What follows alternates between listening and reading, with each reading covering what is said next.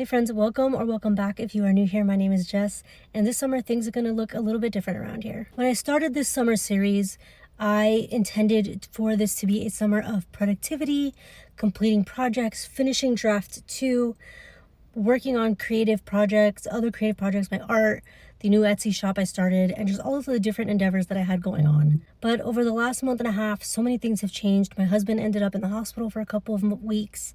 If you are new, you may not know my husband is a kidney transplant patient, currently on dialysis, so that takes up a lot of our time as well.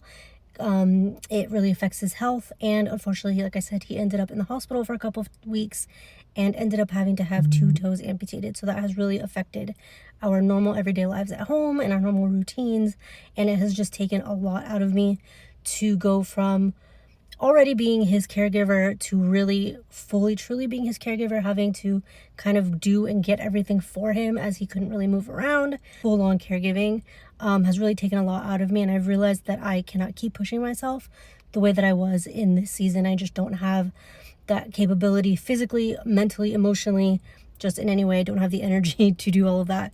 So I am switching things up a little bit, and I'm going to tailor things to what I'm capable of in this season. So let's talk about what's going to be going on.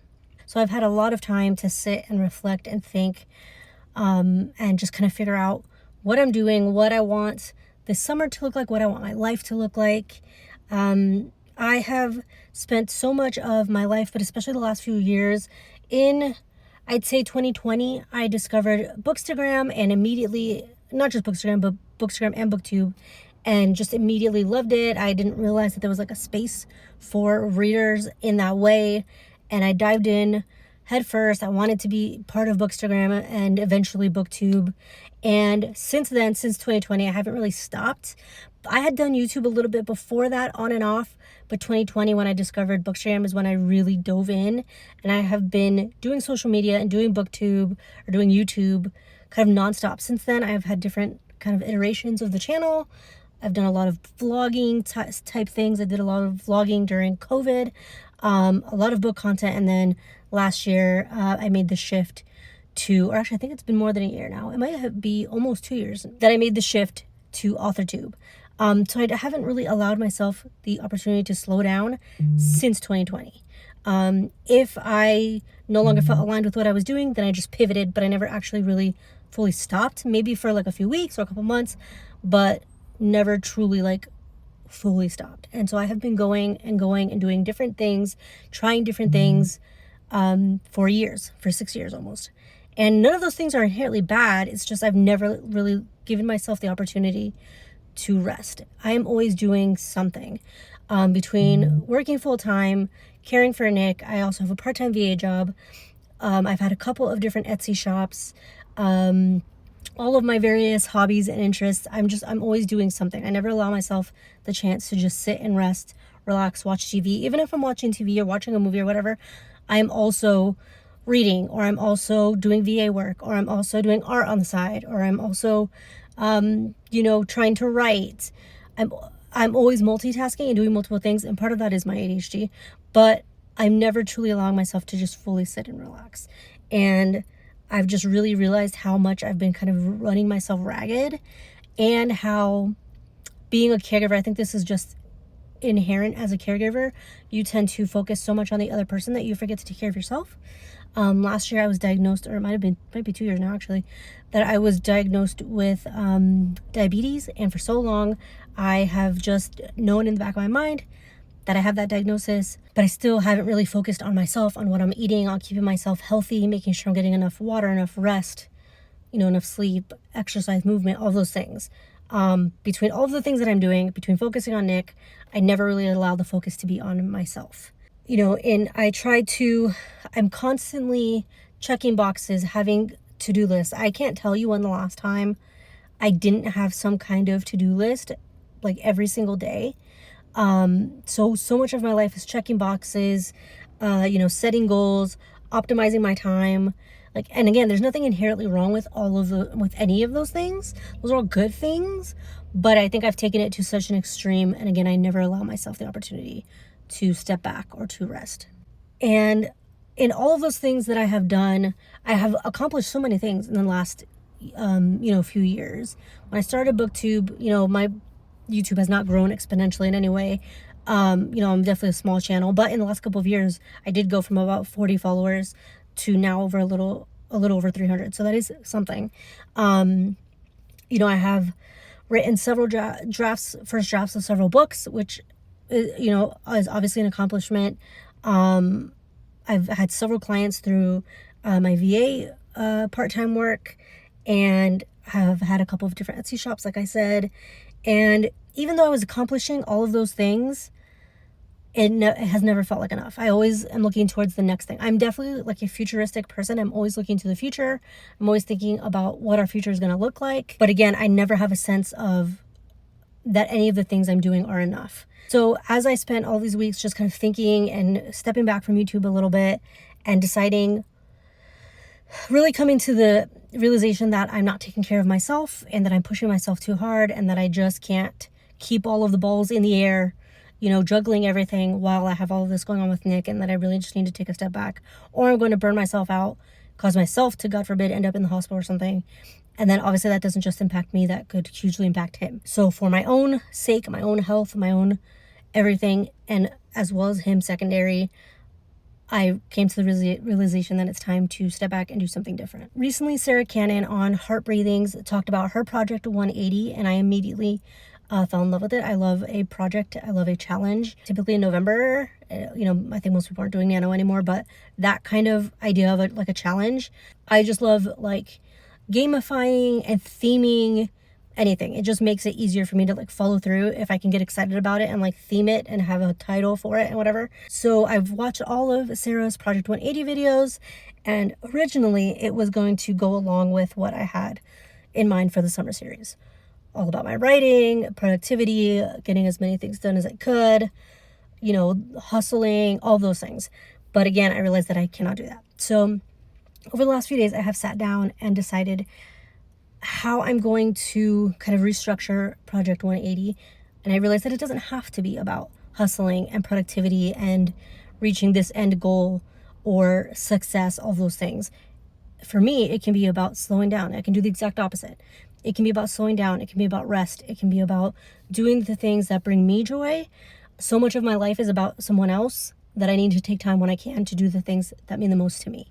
So that is what I'm doing.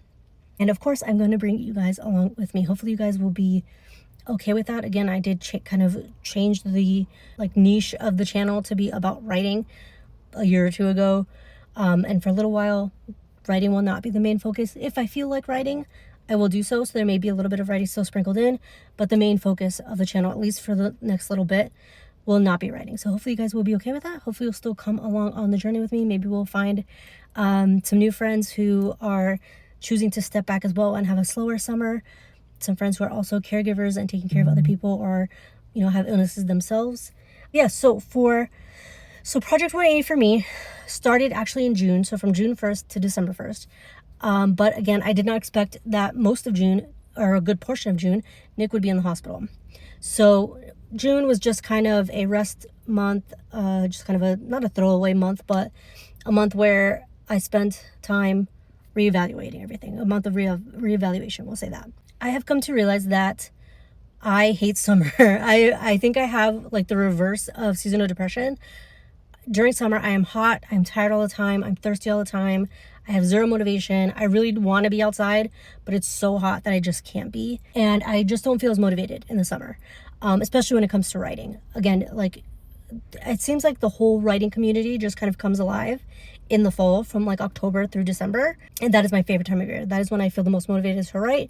That is when all the challenges are going on. That is when BookTube, or not BookTube, but AuthorTube kind of comes alive, and just all the things. So I'm going to put my writing on hold for now. Like I said, I might write it a little bit here and there, but by and large, I'm going to kind of set writing aside for now and let it come back, to focus or the center in the fall when things kind of kick off for everybody. And right now, again, like I said, I'm going to focus on slowing down. So even though Project 180 itself is going to be from June to December, I'm going to take a chunk of those months, 3 months of that time, so half of that time, from July through September, and that is going to be my rest months.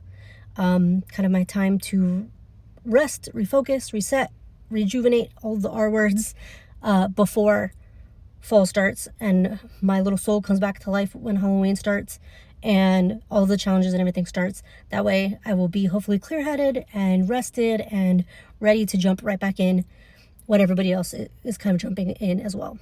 So for the next 3 months, I am going to be choosing rest over hustling and curiosity over pressure and creating a life that feels purposeful and intentional, but very low stakes and low pressure. I've realized over the last couple of weeks that life isn't something that I have to race through. I'm not really living if I'm constantly looking to the future and only focusing on the future. I'm kind of missing everything if I'm not living in the moment. I don't want every day to feel like I'm either trying to catch up.